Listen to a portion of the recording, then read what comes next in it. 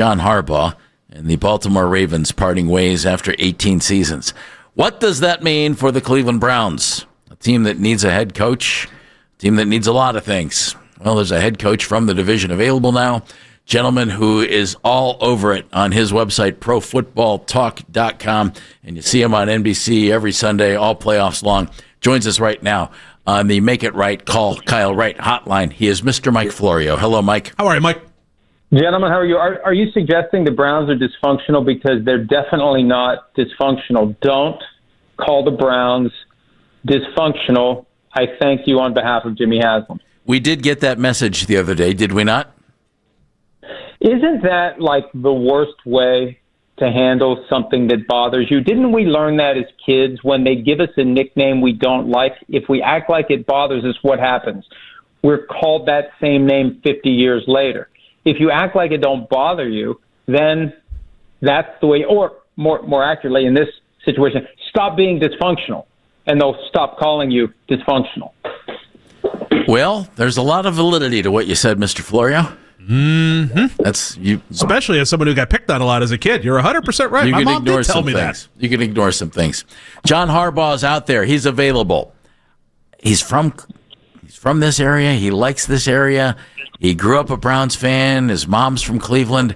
Does that mean anything? Well, I think it should. Now, again, we don't know what a dysfunctional team is going to do. A properly functioning team would be at the front of the line to try to hire John Harbaugh, period. And I'd like to think that the decision to make Kevin Stefanski the fall guy for the disastrous and dysfunctional Deshaun Watson trade and contract, I'd like to think they had a plan for upgrading above Kevin Stefanski, and that they have someone in mind who would be willing to take that job. Because frankly, if I have options, I'm not taking that job. I'm not going to work for the Browns. No way, no how. And the Browns need someone that the fans will feel good about, not just because the Browns need them to renew their season tickets. I think this move was about the inevitable PSL prices that are going to come out. They did a survey back in December. I don't think it went over very well, but they're going to expect fans to help finance that new stadium by making those lump sum payments for the fiction of leasing the ability to sit in the tickets they're eventually going to buy. The fans have to feel good about that. They need a coach that's going to make the fans feel better about the team. And unless you swing for the fences and bring in a big name, an established name that's going to cause people to believe things will change, even if they don't, you need them to think things will change. So if they don't already have somebody else in mind, they need to get after Harbaugh immediately. Do you think there would be any kind of issue with having Andrew Berry stay along when it comes to bringing in John Harbaugh? Well, I don't know without knowing what Harbaugh would want and how much power he's going to have. But the reality is, if teams are clamoring for him, he does have more juice than he otherwise would have. And if Harbaugh says to Jimmy Haslam, I'm interested in the job, but I'd like to have control over the construction of the front office, then Haslam's going to have to decide, is he willing to move on from Andrew Berry to get the coach that he wants? And I know plenty of people are asking the fair question of why it's Stefanski and not Berry who's taken the fall, because all of the things that Haslam said in justifying the move from Stefanski, those same things apply to Andrew Berry. And I don't think Andrew Berry won 2 Executive of the Year awards in the years that the Browns somehow cobbled together enough wins to get to the playoffs under Stefanski. He's a 2-time Coach of the Year because he went to the playoffs 2 times when people would look at it and say, how in the hell did the Browns make the playoffs? Like, you're defying all expectations, especially in 2023. The second year of the failed Deshaun Watson experiment, when they got Joe Flacco off the couch to come in and finish the job. So, look, nothing against Andrew Berry. I just think in a situation like this, and I'm never a big fan of half measures. I think that the GM and the coach need to have equal accountability in any football operation, because when you allow an environment to exist where one guy stays and one guy goes, what happens is when the team encounters adversity, and every team does at some point, that's when the coach and the GM realize, I'm going to go to my separate corner here and I'm going to blame the other guy. And it always hurts the coach, because during the games, the GM is the one who's in position to whisper to the owner about all the things the coach is doing wrong. And the coach can't do anything to defend himself in that setting. And that happens in every sport.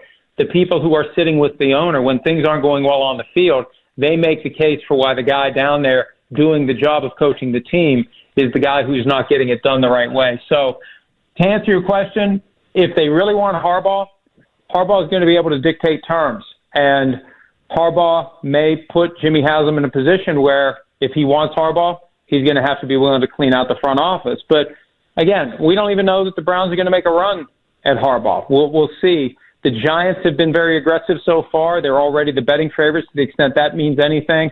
There are teams out there that don't even have vacancies who are calling about Harbaugh. So if you want him, you're going to have to move quickly. And it makes plenty of sense for the Browns to try to pick off a longtime Ravens coach and bring some of what he's done in Baltimore over the last 18 years, 12 playoff appearances. And I know that they've underachieved in recent years, but still, this is a guy who is going to land somewhere.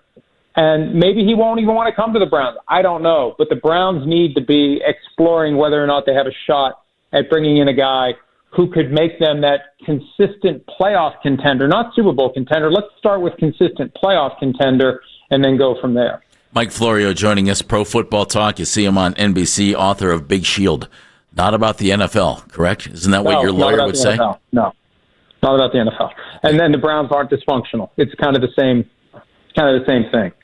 Kevin Stefanski should fall where on other teams' coaching wish lists? Well, he was the betting favorite to be the Giants head coach, and he's interviewing with the Giants, and he would probably prefer that John Harbaugh not have been fired by the Ravens, but I think that he'll have options, he'll have opportunities.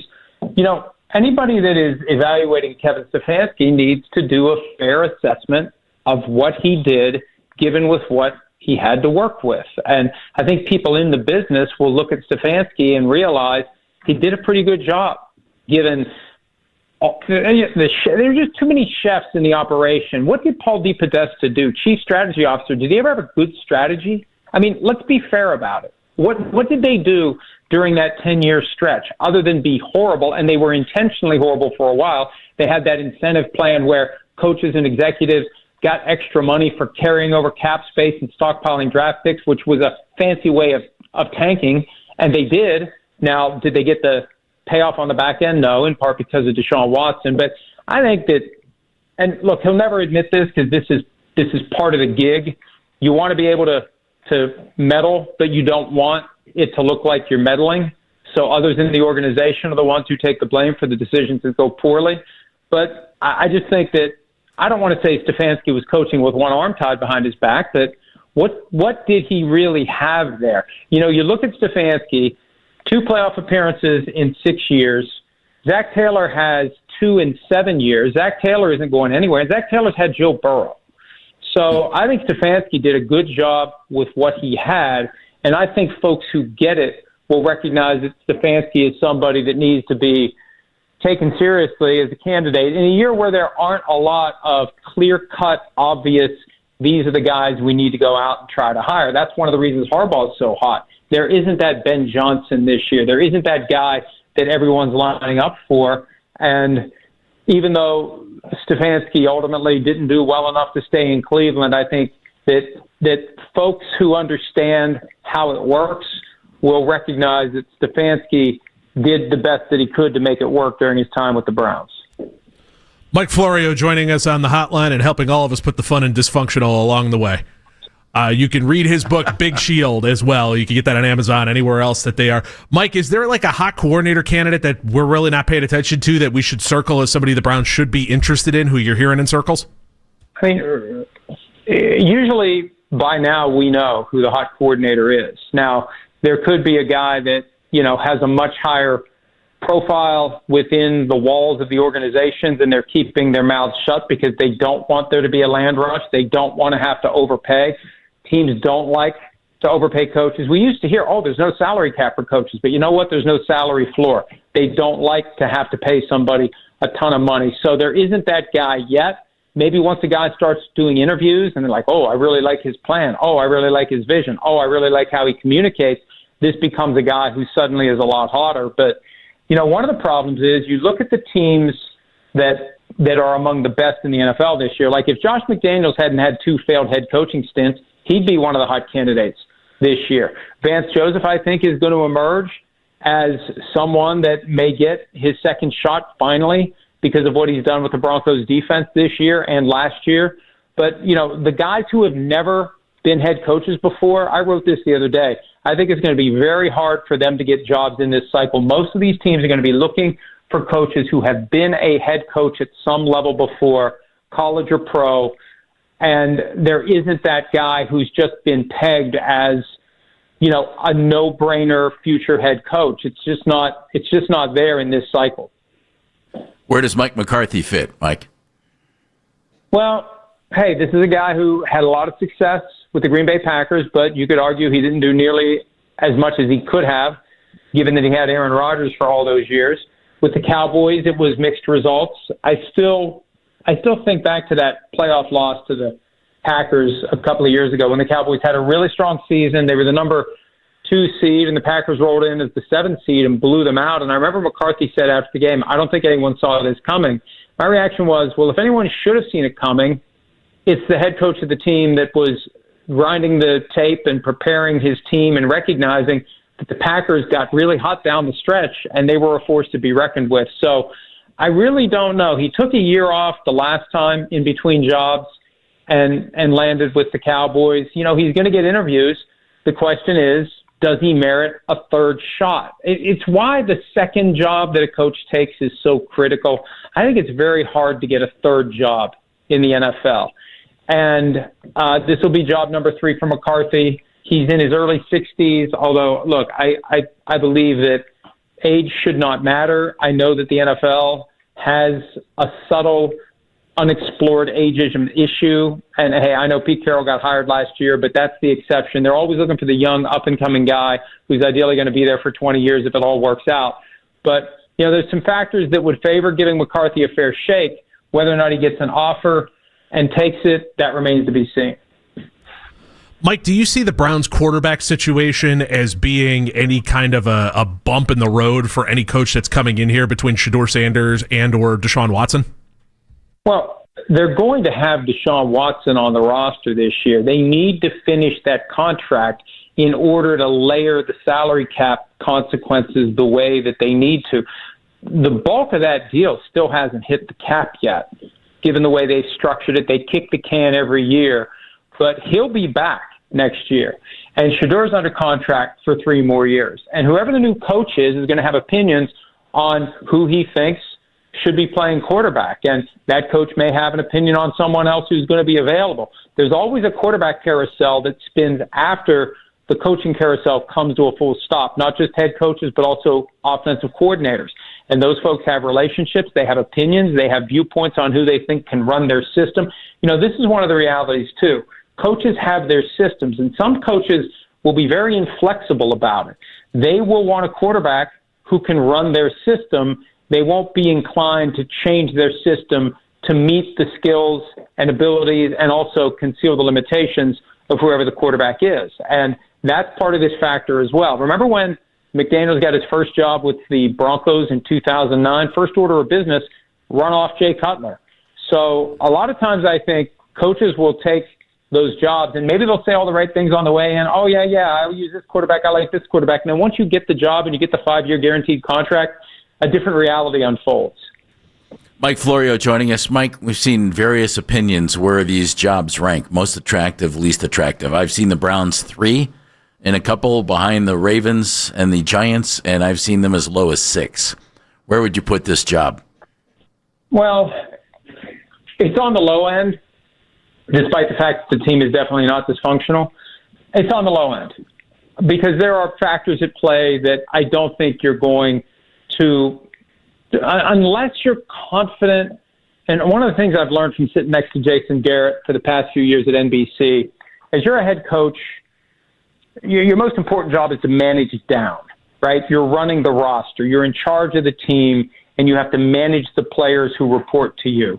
There's also a challenge that comes from managing up. And Jason Garrett clearly had to manage up in Dallas. He was dealing with an owner/GM who was very involved with the team.